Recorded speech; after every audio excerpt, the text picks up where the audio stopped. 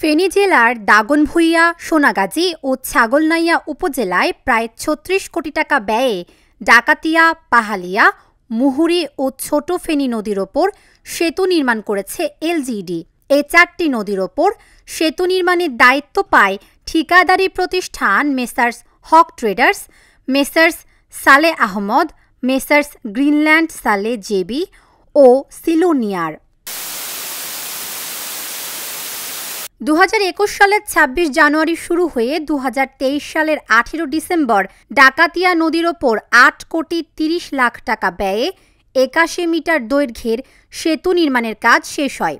ছোট ফেনী নদীর ওপর ৯ কোটি ২০ লাখ টাকা ব্যয়ে ৬০ মিটার দৈর্ঘ্যের সেতু নির্মাণ কাজ ২০২৪ সালের ১১ জানুয়ারি শুরু হয়ে একই বছরের ৩০ মে শেষ হয়। মুহুরী নদীর ওপর ৯ কোটি ৪৫ লাখ টাকা ব্যয়ে ৯০ মিটার দৈর্ঘ্যের সেতু নির্মাণ কাজ শুরু হয় ২০২১ সালের ২৯ জানুয়ারি এবং শেষ হয় ২০২৫ সালের ৫ জুন। সোনাগাজীর নবাবপুরে পাহালিয়া নদীর ওপর ৮ কোটি ৯৪ লাখ টাকা ব্যয়ে ২০২০ সালের ১২ অক্টোবর ৯৬ মিটার দৈর্ঘ্যের সেতু নির্মাণ কাজ শুরু হয় এবং শেষ হয় ২০২৩ সালের ২৯ নভেম্বর। দায়সারা এসব সেতু নির্মাণের পেছনে রয়েছে দুর্নীতি। ৪টি সেতু নির্মাণ করলেও সংযোগ সড়ক না থাকায় সেতুগুলি ব্যবহার করতে না পেরে ক্ষুব্ধ এলাকাবাসীরা। আমাদের এখান দিয়ে স্কুলে যেতে কষ্ট হয়, আমরা ভালো মতো এখান দিয়ে স্কুলে যেতে পারি না। জোয়ার আসে, এখান দিয়ে পানি উঠে যায়। আমাদের এখানে বন্যা জোয়ার উঠে গেলে আমাদের এখানে পোলটা ডুবে যায়। এখন যদি ওই ব্রিজটা হয়ে যেত আমাদের ছাত্রছাত্রীদের জন্য অনেক ভালো হতো। আমরা চাই আমাদের এখানে যে বাঙ্গনটা, এই বাঙ্গনটা রোধ করো, আর আমাদের চলাচল রাস্তাটা যেন আগের মতো যে রাস্তাটা থাকে আমরা চলাচল করতে পারি, আমরা বাইরে হতে পারি, এই রাস্তাটা যেন আমাদের জন্য হোক। এটাই আমাদের অনেক ক্ষতি হয়েছে, যে যেটা দরকার ছিল না।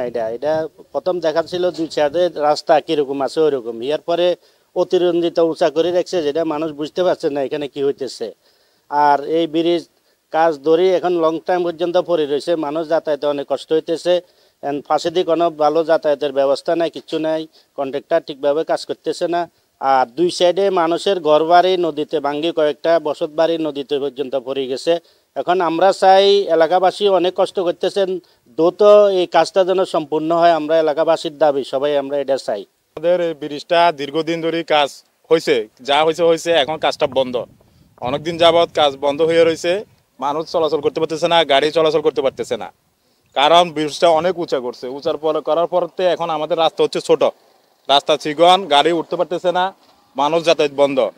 এখন আমরা চাইতেছি এটার কাজটা যেন খুব তাড়াতাড়ি শীঘ্রই হয়ে যায়। এই পাশের মানুষজনের অনেক কষ্ট, মানুষ পারাপার হতে পারতেছে না।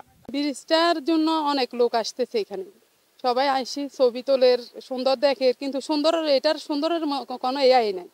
এখানে আসে বাচ্চারা যাতায়াত করতে পারে না, রোড নাই, ঘাট নাই। ব্রিজটা করছে, অনেক উপকার হয়েছে, কিন্তু বাচ্চারা স্কুলে গাড়ি করে যাতায়াত করবে এই আন্দাজ নাই।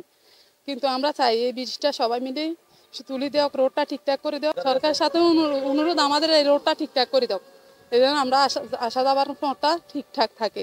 এটা একটা রিস্ক, একটা গাড়ি উঠতে লাগলো রিস্ক, এটা কোন টাইমে কি ঘটনা ঘটে, তাই আমরা চাই সবাই মিলে এটা ঠিকঠাক করে দেওয়া। সংযোগ সড়কের জন্য চাহিদা মাফিক ভূমি অধিগ্রহণ ও জমির মালিকদের ক্ষতিপূরণের ব্যবস্থা করে দ্রুত সেতুগুলো চলাচলের উপযোগী করতে প্রয়োজনীয় পদক্ষেপ নেওয়া হচ্ছে বলে জানালেন এই কর্মকর্তা। ব্রিজের উচ্চতা আমাদের নির্ধারণ করতে হয় বিভিন্ন IWTA এবং ওয়াটার ডেভেলপমেন্ট বোর্ড, তাদের থেকে ক্লিয়ারেন্স নিয়ে আমাদের ব্রিজের উচ্চতা নির্ধারণ করি। সেক্ষেত্রে তারা সর্বোচ্চ বন্যা উচ্চতা এবং নেভিগেশন এইসব বিষয় বিবেচনা করে তার ব্রিজের উচ্চতা একটু বেশি হলেও মানুষের একটু কষ্ট হলেও কিন্তু এটা আমাদের আইনি বাধ্যবাধকতার কারণে আমরা করতে হয়। তো পাশাপাশি আমাদের নদী ব্রিজ করতে গিয়ে মানুষের ঘর বাড়ি ভেঙে দেওয়া, ওগুলো সাময়িকভাবে হলেও আমরা মানে ব্রিজের কাজ এবং আনুষঙ্গিক কাজগুলো সব শেষ হলে, নদী শাসনের কাজ কিছু থাকবে, ওগুলো শেষ হলে আর এই সমস্যা থাকবে না। সমস্ত আমাদের 4টা ব্রিজ আমরা যদি টোটালি এর মধ্যে তো একটি সোনাগাজীটা তো শেষ, অলরেডি শেষ।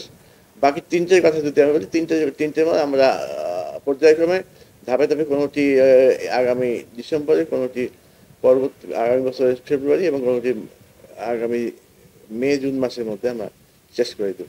সংযোগ সড়ক স্থাপন করে 4টি সেতুই ব্যবহারের জন্য উন্মুক্ত করতে দ্রুতই পদক্ষেপ গ্রহণ করবে সরকার, এমনটাই প্রত্যাশা সকলের। News desk, Dhaka journal.